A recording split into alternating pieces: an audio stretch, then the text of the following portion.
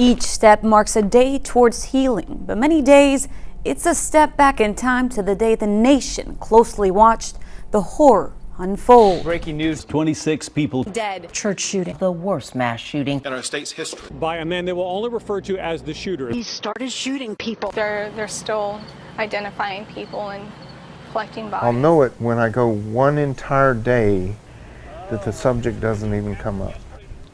And that'll be a benchmark day. There's dead people all inside the church. In Texas, November 5th now marks the worst mass shooting in state history. A bloodstain on Stephen Williford's small town he one day hopes people can look past. It's just a date.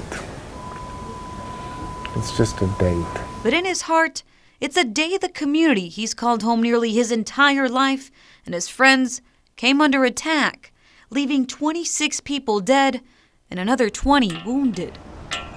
Evil took a stab at the heart and the soul of my community and didn't win.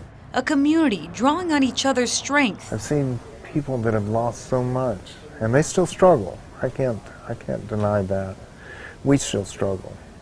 But they show up at church. It's a church Williford attended with his great-grandfather as a child, but over the last decade, visited less than a handful of times, attending church in San Antonio, the city where he met his wife nearly 30 years ago.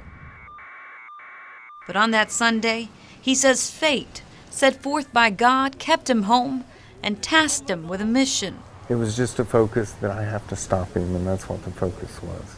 He says he struck the shooter as he fled, then quickly jumped into a truck. Chasing down the gunman who lost control, crashed into a ditch, and killed himself. It's a moment he recounts vividly, and as many hail him a hero, he wants one thing to be clear. I'm a survivor too. He shot at me, and he killed people I cared about. I'm a survivor, and if I've got to be a hero or a survivor, I want to be known for being one of my community for surviving this.